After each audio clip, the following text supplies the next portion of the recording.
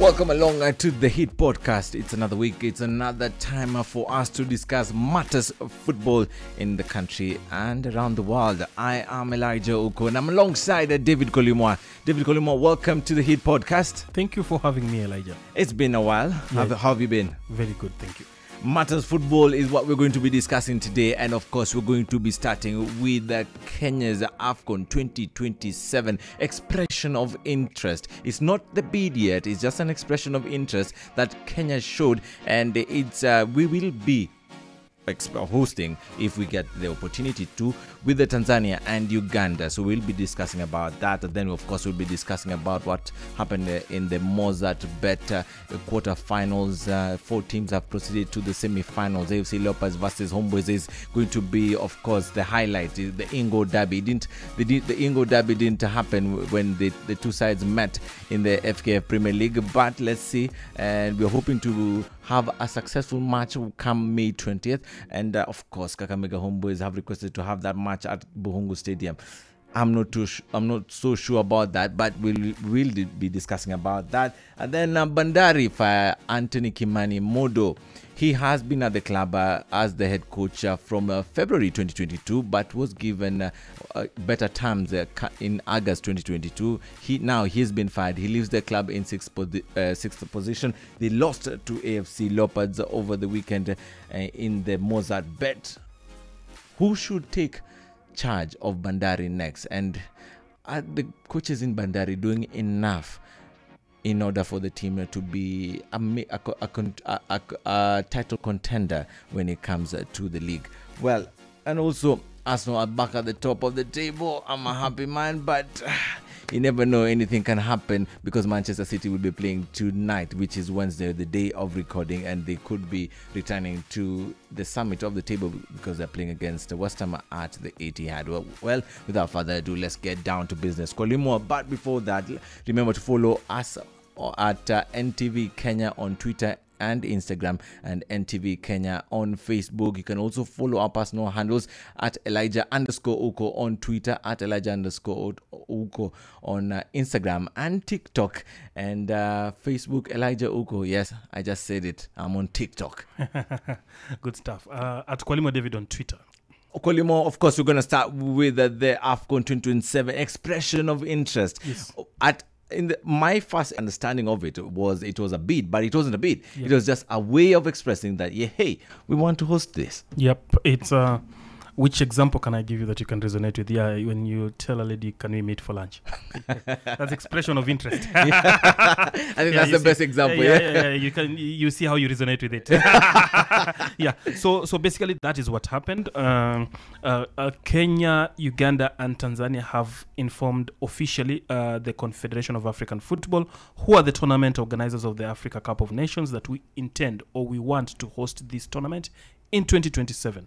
Now, that's the start of very many steps. But crucially, from where I sit, is that the Kenyan government, Ugandan government, Tanzanian government have more or less given a thumbs up to this project, because the Kenyan government, you remember, the cabinet in December of 2022 did approve this tournament being hosted in Kenya or in East Africa in the spirit of East Africa unity.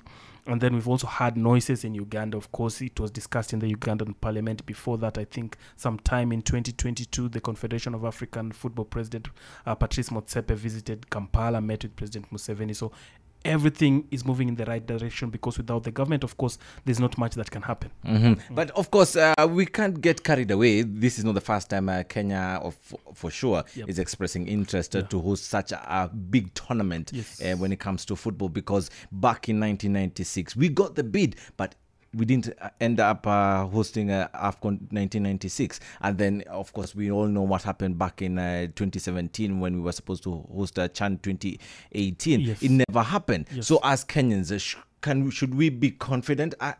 From where I'm seated, I am not confident, because as it is, we don't even have an international accredited stadium. Yeah, and you're making a lot of sense. In those two events that you speak about in 1994, in 1996, yes, when South Africa eventually got the hosting rights after Kenya pulled out, and then in 2018 when Morocco hosted the CHAN after Kenya pulled out, having been successfully handed the rights. It was nothing to do with the resources. It had everything to do with the political goodwill from the government of the day for Kenya to host this tournament.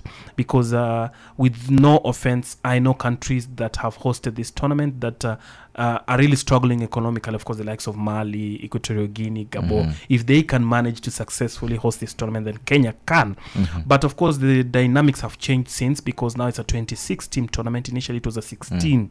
24 team. 24 team, sorry. Tournament. Initially, it was a 16-team tournament. So, so the dynamics have changed. More venues are needed. More logistical support is needed, because you're hosting very many people, many teams at once. Kenya, Uganda, Tanzania have all it takes to host this tournament, but they really have to pull up their socks. They have to ensure a lot is in place before these teams come calling. Remember, Botswana are in the picture, Algeria in the picture, and one other country. Even Egypt is also. Yes. Egypt, Algeria, Botswana, and then the joint bid of Kenya. So it's not a walk in a park. It's a competition of sorts. Now, let's talk about the stadiums now. Uganda don't have a stadium. They're going to play their qualifiers in Cameroon. And then they want to host AFCON. Of course, we've started on a wrong footing. Yeah, and then for Kenya, we have stadiums, but we can't host international matches. In fact, if you ask me, I would actually root for Kenya to host. If we have to co-host, we have to host 60 or 70% of the games. On what account? Now, here's my thinking. Yes. We have 2 stadiums in Nairobi. Yes. And of course, Afra Stadium in Nakuru. Well, Nakuru now is a city, and Afra Stadium is currently under renovation. In 4 years' time, Afra Stadium will be completed. We also have Eldoret, Kipkeino Stadium. That stadium can be completed because we're talking about 2027. Yep. But before that, of course, the inspections will be done. So if government is going to focus on the 2027 bid, then we need to focus on 4, maybe 5 stadiums that will meet international standards. And it's not the international standard of Kenya, because we keep labeling everything international. Yep. Kirigiti International Stadium. No. We're talking about international standard, FIFA level standards. And I do not understand why. Maybe Kwalimo explain to me why Mombasa doesn't have a stadium. It's a shame. Mombasa is a big city in Africa, renowned. Mombasa hosts up to 1 million visitors every year, coming from all over the world. Mombasa has the resources as Kenya's second largest, biggest city. Mombasa has a lot of industrial sites. I mean, I just don't know why Mombasa doesn't have a stadium. That's one of the biggest puzzles in football, and probably why Kenyan football has sunk so low in terms of standards is because probably not enough infrastructure has been put in place to support sports development in Kenyan football development, for that matter. So it's a shame that Mombasa does not even have. It has a stadium that is old and dilapidated. Of course, Bandari do use the Baraki Sports Ground. It's not even a stadium; it's a sports ground to host its Kenyan Premier League matches. So it's a big shame. But the bigger picture, as you had said earlier on, yes, Kenya can be able to host this tournament in very many venues. Of course, at the top of my head, we also forgot Buhungu in Kakamega, Kisumu as well. But all these venues need sprucing up. But in the spirit of East African unity, because that's what the memo from the Kenya cabinet said, I think the games will be shared out, because Tanzania also have some nice venues that can be spruced up. At the top of my mind, I think of Dar es Salaam, I think of Dodoma, I think of Arusha, Zanzibar as well. There are some good stadiums in Zanzibar that can host this tournament. Maybe the biggest challenge will come from Uganda. Outside Kampala, I don't quite see any stadium that can be able to host this game unless a lot of effort is put into place. So the venue should not be a problem, the finances should not be a problem, but just for the record, so that those planning to organize this tournament can have at the back of their mind, there's a lot that is needed. Even as the president of the Kenya FA, Uganda FA, and Tanzania FA meet in Arusha anytime from now to be able to put in place a bid. Remember, bid is required officially to be deposited at CAF before May 22nd of this month. If you can just look at what will happen, of course, there are going to be 6 venues, because there are 6 groups of 4 teams each to make 24. So there are going to be 6 venues. So you have to, at the very least, have 6 stadiums in place of CAF standards. Now, if you go into the detail, each stadium has to have amenities, including an inbuilt CCTV system, a generator that will be the full backup of the game. You will not have electricity and generator as a backup. It's generator as the full backup, and then the backup be electricity. Yes. Because that's how CAF does their stuff. You have to have training pitches that are fenced and secure, training pitches that have dressing rooms, training pitches that have changing rooms, toilets, good turf, very many other stuff to be able. So we're talking big project here. It's just no. Of course, in terms of hospitals and hotels, I don't think there's a problem in Kenya about hosting guests. But the sports infrastructure is the big thing. So there's a lot of work to put into place between now and 2027 before some of the biggest teams and names in African football come calling. So if it is successful, so who should host the opening and closing?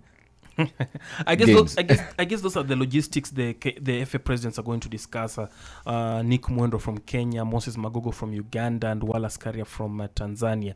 It's curious that Arusha in Tanzania is their meeting point, their starting point, which means probably Tanzania is having prominence in hosting this tournament. From my understanding, it was Kenya's tournament, but they've brought in Ugandan and Tanzania. But the meeting point, or maybe it's just because, of course, Arusha is the East Africa Community headquarters is in Arusha, maybe because of that and to seem neutral. But I'm looking at it, Kenya might have to host either the opening ceremony or the final match. So which one? If you get to choose, which one? If it was up to me, the final game. The final game. For sure. And probably one semi-final, a couple of quarter-final games here, and then the group stages be spread out. But this is a very delicate juggling system, because for East African unity, fairness has to be prominent. You have to be seen to be fair. So if Tanzania, for example, hosts the opening game, Kenya might host the final and vice versa. And then the semi-finals, of course, if Uganda, for example, is not hosting the opening game and the final, they have to host a couple of semi-final Uganda games. Even tunapata tu game moja pale. You have to be fair as well as I knockout. So those are some of the logistics that have to be in place and have to be agreed upon before May 22, when the bid is deposited in CAF or at CAF, because by June, CAF inspectors will start moving around to check if these countries have what they're saying on paper they do have, because this is Africa. Yeah. And we need to get our house in order very early. And one concern from where I sit is that everybody's looking at, do we have the stadiums? Do we have the training grounds? Can we host the teams? Do we have the infrastructure? But nobody I've heard of is talking about, do we start preparing a team now that will play in 4 years' time? Do we say we are looking for an under-22 team that will stay together, play friendlies, lose them, but have the continuity until 2026, when this team is going to be ready? Of course, in the middle of the road, some will drop out, others will come in, but you'll have the core of the team. As well, others will maybe turn pro, qualify for one tournament here and there, maybe an Olympic qualifier to be more ambitious, but just have a team in camp consistently for 4 years, playing international friendly matches, winning some, losing some, playing competitive matches, winning some, losing some, to ensure that in 2026 we have a semblance of a team as Kenya that will compete in this tournament. Because not to sound biased, but if we are to look up to Olunga to lead Kenya in 2027, he's 29 now, he's going to be 33 then. Is he probably as a leader of a team, but do we expect him to be at full power at then? So even as we look at preparing the infrastructure, let's look at preparing a team that will really be competitive, because it's not going to be child's play. When the Cameroons and Egypt and Senegal come calling with their best available team, you really have to step up the plate. Yeah, and we can't get embarrassed at home. At the very least, we have to get out of the group. At the very least. For the very first time happening at home, that would be very good. Yes. In fact, in my thinking, I think we need to qualify for AFCON 2025. Yes, as a stepping stone, because we are out of 2023 because of the ban, of course. 2025, the draws will be out immediately after the 2023 AFCON. So there's a lot of competitions at CHAN here, and AFCON there. Yeah, then Kenya's never qualified for CHAN. Yes, Olympic qualifiers. This should be the stepping stones to ensure Kenya. And here is the catch. If you have a good tournament, if you host the tournament and have a good tournament, say hypothetically speaking, Kenya gets to the quarterfinals or the semi-finals, it could be a starting point to catapult Kenyan football to the next level. Remember what happened with South Africa in 1996? They won the tournament. They hosted, they won the tournament. They were just coming into international football, having been welcomed back to international football. They won the tournament, and South African football has never looked back since. The next tournament, I think they go to the final in 1998. And then, of course, their clubs have just taken up. Their talents have come in. Now we know South Africa as a footballing nation in Africa. So Kenya has really been on the sleeping bed for some time right now. Could this be the launch pad for Kenya to become a force in African football? As it is right now, Kenyan clubs struggle on continental competitions. The national team struggles even to qualify for AFCON, which has 24 teams. More than half of African teams qualify, but Kenya is not amongst it. When Kenya does qualify, getting out of the group is a big issue altogether. So can this be the launch pad for Kenyan football? In fact, you're taking it too far. You're talking about AFCON. Yeah. I'm talking of CHAN. Yes. We struggle to get into CHAN. Yes. We struggle to win Sekafa if it's not being held at in our country. Yeah. So, of course, these are issues. In fact, you've raised a very good point. It has to be the team also. So let the federation take care of the team, prepare the team, come up with the plan, a 5-6 year plan. In fact, it's not only for that, it also should be for other subsequent, going forward, for other subsequent tournaments. Well, we have Chapadimba that is coming back. Should they get players from there? We have the FKF youth leagues that they have started in different counties. They should coaches start scouting the players at this particular point, then have a database for them in order to monitor them, where they go, what they need to improve, and have these centers of excellence. If not having them in each and every county can be quite expensive, but if you have them in each and every region in the country, at least that will give us a good launching pad. I agree. You can never go wrong when you invest in the youth. The Macy's, the Fabregas, most of the big talents you see in the world right now, they were discovered at 14, 15, 17, 18 years. So youthful investment is the way to go. I think most European countries have an under 13 team, under 15 team, under 17 team, because they know most of these players might not even get to the first team. But the fact that you have an academy and you can bring in players to the first team, 4-5 can go on to become successful players, that speaks volumes. So Kenya is really running out of time to copy this model and ensure that they invest so much in the youth to ensure that Kenya as a national team has a good team. Now let's turn our attention to the league. What has happened over the weekend, and of course yesterday. The big news that was coming from the league yesterday was that not yesterday, in fact, it was Monday. Yes, it was Anthony Kimani being shown the door by Bandari after losing to AFC Leopards in the Mozart Bet quarterfinals. I saw it as a surprise, although the first half performance of Bandari was absolutely appalling. I mean, Bandari stage, a team that has been a consistent team when it comes to the semi-finals and the finals of the FKF Cup, should be playing better. I agree. The challenge I've always had with Bandari is, are they competitive enough? Do they push themselves enough? Because they have the resources as a team. I think they have one of the best budgets in the Kenyan Premier League, Bandari. But it does not show on the pitch, except for a few years back when Bernard Mwalala was in charge of the team. Of course, they got to second in the league and won the cup, and went to the CAF Confederation Cup, won a couple of games against season teams in Tunisia and Sudan. Apart from that, I don't remember any time Bandari has really dominated. They appear to be content with the 4th, 5th, 6th place finish, which is probably a bigger problem with corporate clubs in Kenya, because at the top of my head, I think of KCB, maybe Talanta. Are they doing enough to push to win the title, to compete as a team?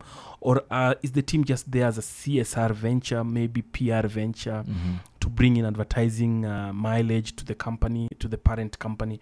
Bandari, and of course Modo, being a youthful coach, a good coach, a brilliant mind, a good man, I think Modo will bounce back, but this wasn't just a project that took off at Bandari. He came in as an assistant coach, remember? And then the Rwandan Andre Kasambungo was sacked, I think, somewhere in 2022, yes. In mid-2022, and then Modo took on. he had a fairly good season up to the end of the season, but this season he's just struggled all through from the word go, despite being backed heavily in the transfer market. So Modo will bounce back. It wasn't his day in Bandari. I expect to see him in the Premier League soon. But the bigger picture is our corporate teams hungry enough. Even Tusker have won the league a couple of times. You have to give it to them.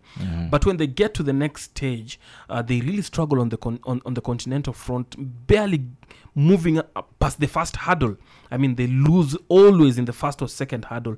As compared to other regional teams with the less resources, you can't compare the resources at Tusker and the resources at Simba, for example. Tusker has far more resources than Simba, but Tusker struggle consistently. So is it a Kenyan corporate problem, or is there something we're missing out of it? This season, shockingly, the top 7 clubs, only one club is not a corporate or government team, and that is Gor Mahia. Yes. So from number 2, Tusker, Nzoia, KCB, Police, Ulinzi, which other team, and Bandari are all corporate or they're companies. Yes. In short, or government institutions. Yes. Now the thing is, have they done enough to invest in football for them to take it to the next level, like you're saying? Now, once you've conquered Kenya, when you're now going to the continental front with all the resources that you have and the financial muscle, have you done enough to take it to the next level, to finally get into the group stage? I doubt. I attended an event where the head of the Kenyan Army, the CDF, I think some time back, was straightforward and said, listen, for us, football is not the priority. The priority is to protect the country, which is understandable.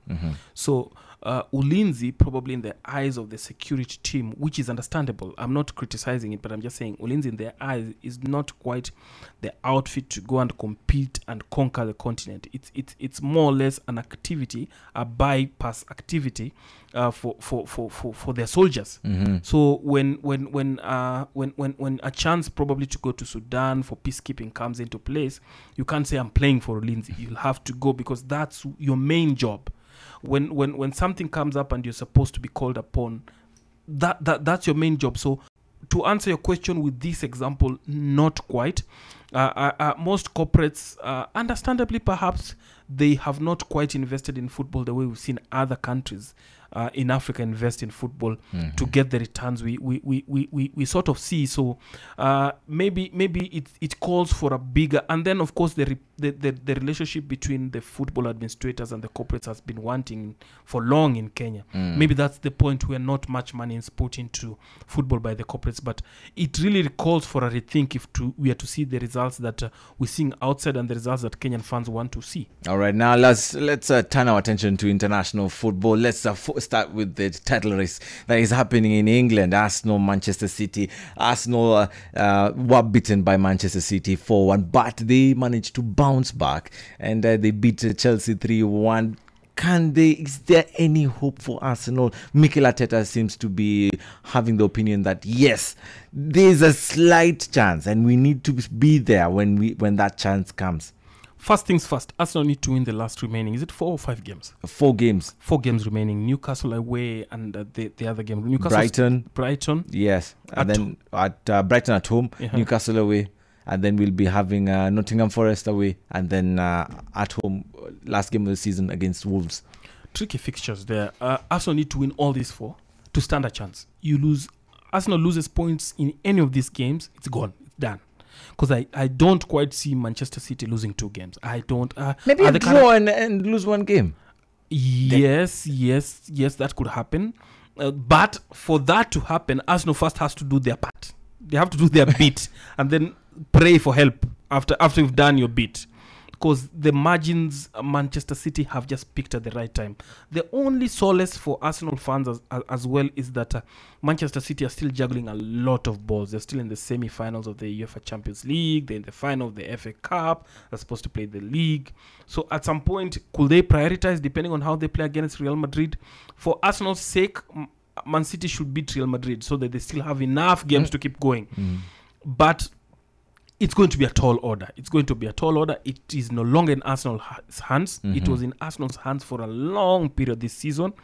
And then they faltered at the time they were not supposed to, with the last 10 games of the season, where somebody was now telling me that's when the nerves come in. That's when the experience has to really come into play, because everybody was expecting Arsenal to falter in December. They did not. Thankfully, maybe because there was a World Cup in between and they had time to rest and recollect themselves, come in, go to the transfer window, bring in a few players. But now, when you're seeing the finish line, is when probably the nerves really come in, because you have to take it past the finish line. So win your games, then ask for favors. So just going back to the example that you gave. So we got the coffee date, but our bid was rejected. Yeah. I really do not want to cause problems, but I don't see Arsenal winning the league with the way Manchester City are playing right now. Yes. For sure. But you never say never. Yeah, you just have to have that hope. Yes, until you don't know anything can happen. Until it's mathematically impossible, you have to keep fighting. When you still have a fighting chance, please do fight. So is it a successful season or is it a failure if Arsenal don't win the title? Interesting. With the way the league has panned out, if Arsenal don't win the league, in my opinion, it's going to be a failure. A failure? Yes. I mean, with the kind of score that they had, I think Arsenal fans were ambitious. Nobody gave them a chance, true. But there's a day we all woke up in the morning and Arsenal was 7 points clear. So with less than 10 games to go. So the fact that they might not end up winning the league when you had that sort of advantage, regardless of the opposition, you really have to look back and say, what did I do wrong? Because it was up to me to deliver. Yeah, 6 points dropped. A draw against Liverpool, a draw against West Ham, a draw against Southampton, especially against West Ham and Southampton. You're ahead against West Ham. Yes. Surely you just need that maturity. That's the nerve I'm talking about. But I also tend to fault Mikel Arteta in some games. I mean, you're doing the same thing over and over again, because he went to the same first 11 against Liverpool, against West Ham, and against Southampton. Against West Ham, he should have changed it heading into the Southampton game. And I think you're vindicated, because Arteta made a couple of changes in the game against Chelsea and it worked. They brought life into the team. Maybe he should have done it early. But there's another school of thought by my senior Chico Lawi, who's saying that now that there's no pressure, Arsenal will deliver. But when there was a lot of pressure to deliver, probably they did crack. But now when they just have to play and be happy and chase a little bit, not much pressure, they delivered. So from this experience, do you think they can, when they go into the summer, they improve their, get rid of some dead wood here and there? Can they next season, if they find themselves in the same position again, do you think they can bottle it? They would have learned from this experience. It's more or less hypothetical, because everybody's going to strengthen and everybody's going to clear dead wood. So we're going to start on a clean slate. But if they do, and Mikel Arteta, remember, he's also an inexperienced coach. Yeah, he's been an assistant coach, of course, won the title, but he's never won the title as a coach. And as you said, maybe the tools he has to deliver the job are not good enough vis-a-vis some of the tools his rival has. But that said, I think the lessons learned, if they can bring in a couple of experienced heads to lead them through, if they do find themselves in this position, it could be a different story altogether. And now, lastly, we have our goats, the guys who have been dominating football for the last decade. Yes. Ronaldo, Messi, having problems with their respective clubs. One, both of them want out. Actually, one wants to join the other, but we're in the foreign country, but he wants to the other wants to leave that country. So that is Ronaldo. Ronaldo wants to leave Saudi Arabia, Al Nassr. Things are not going well for him there. Is it time? Should he call it quits? If you struggle in the Saudi Arabia league, then I struggle to see where you're going to really hit the heights. I've watched a couple of highlights of Ronaldo in Saudi Arabia. It's just over the hill. He can't carry the ball for 50 yards. He can't do the side steps. He can't do very many things. He can't score from free kicks. He's the Ronaldo of old, and he's vindicated Erik ten Hag, the Manchester United coach, remember, who benched him for long spells earlier this season, and it caused a big problem.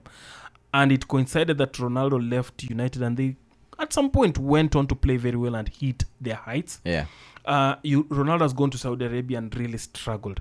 And right now there's talk that he wants to come back to the English Premier League. I really doubt he can make it in the English Premier League at whichever team right now. I think he could just see out his career in Saudi Arabia, unless it's something personal that he wants, that is forcing him to leave. Or at the best, he can go make an emotional return to Sporting Lisbon, where it all started. You remember his career all started at Sporting Lisbon. Or go to another inferior league like the MLS. Or maybe just hang up your boots and go to Real Madrid. I'm told there's an ambassadorial job waiting for him right there. So I don't see him at the high level again. He's 38 and he has to listen to his body. and make the right step for himself. One thing for sure, he won't lack anything to do. Yes. From what you've said, he won't lack anything to do. He has a lot of options on the table right now for himself, and you have to give it to him. He works very hard, and is very, very brilliant mind. So whatever he falls on to next, he has to be a success, and he will be a success. He has the social media numbers to drive him through, by the way. Messi, on the other hand, is being offered £400 million. What do you do with £400 million? This guy has enough money for himself, his children, his children's children, and his children's children's children. Yeah, he can take care of 4 or 5 generations, you're right. But this is Messi. He has to push himself. He thinks he can do something. The project at PSG has not worked out for Messi, I think. And let's not take away the fact that he left the club without permission and went to Saudi Arabia, of all the places. Remember, PSG are owned by Qataris. Qataris and Saudi Arabia, business-wise, football-wise, they have always been big rivals. So you abscond duty at PSG, more or less, and then you go to Saudi Arabia for some PR gig. It just didn't sit right. In my opinion, I'll agree with you. I think he wants out of PSG. His contract is up. There have been noises about him going to Barcelona. I don't think he will, but Barcelona are capable of anything. I can see him there. He might take out the Saudi Arabia opportunity because he already has some business engagement with them on the tourism front. Remember, Saudi Arabia, I think, also want to host the World Cup in 2030. Yes. Just because Qatar hosted the World Cup, Saudi Arabia now want to host the World Cup. That's the rivalry there. Messi at PSG has been I'll emphasize that because it's very important for the background. He's really struggled at PSG. He's won the league. He went there to win the Champions League. He'll not win it this season. PSG already out of the picture. So the fact that being a professional that he is, listen, in the Kenyan Premier League, if a player doesn't turn up for duty, is a big, big, big thing without permission. Now, if a player doesn't turn up for duty and is seen at a rival club or at a rival place, it's a big problem. So I just don't see why Messi took that step. Let the guy make money. Like you said, make money professionally. Money is not enough. Make money professionally. I mean, if the club is not showing, PSG fans are not showing Messi love. That's for sure. But that does not mean you go against your contract. I mean, for sure. Come on, Kolima. Let me go and make money. Listen, I don't think he's absconding training. He did abscond training. His colleagues were in training. He didn't turn up for training. Listen, footballers should have managers. Managers should manage your diary. They should look for an opportunity when you are not available for training to go and do these other gigs. I remember when I was just starting out my journalism career, the president of Kenya was in London. And Wanyama was invited to go and meet him. Wanyama was in Scotland at that time at Celtic. He was not given permission by the club to go and meet the president. Because you're working. If you're in Kenya, the president will not take time off work to come and meet you. So why should you take time off your daily gig, which you used to feed your family, to go and meet the president? That's how serious it is. So a manager should come and say, okay, fine, if the Saudi Arabia Tourism Board wants me to go and do a couple of gigs in Saudi, well enough. But when is the appropriate opportunity good for me, good for my club, and good for my host, my client? You get that and go. You don't leave training. Your colleagues are training, I think, on the back of a loss to Laurier, and then go to Saudi Arabia to do a gig, and the club suspended you because you went outside your contract. But do you think it's too harsh? I mean, you fine him, then suspend him for 2 weeks. It's too harsh. No, clubs use the rule books.